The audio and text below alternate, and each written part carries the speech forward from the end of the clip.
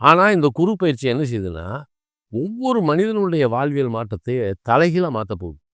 இப்பத்தான் எவன் கீழ இருக்கவன் மேல வரப்போறான், மேல இருக்கவன் கீழ வரப்போறான் அப்படின்றது இந்த குரு பயிற்சியில இருக்கு.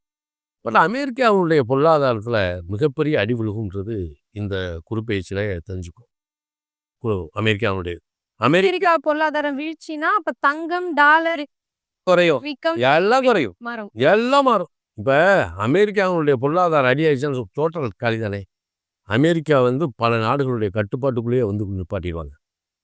அப்போ உலக நாடுகள்ல இருக்கக்கூடிய அ மற்ற நாடுகள்லாம் ஒரு அணி சேர்ந்து, எதிர்கால வளர்ச்சிக்கு என்ன செய்றது? அப்படின்னு ஒரு திட்டம் போடுவாங்க. அதுல என்ன புரட்சி வரும்? இப்ப டெக்னிக்கல் லைன்ல பெரிய புரட்சி வரும். ஏன்னா, அதேமாரி வாகன தயாரிப்பு இருக்கு இல்லையா? இது மிதமிஞ்சி போயி, அதுல ஒரு கட்டுப்பாடு கொண்டு வர வேண்டியது இருக்கும்.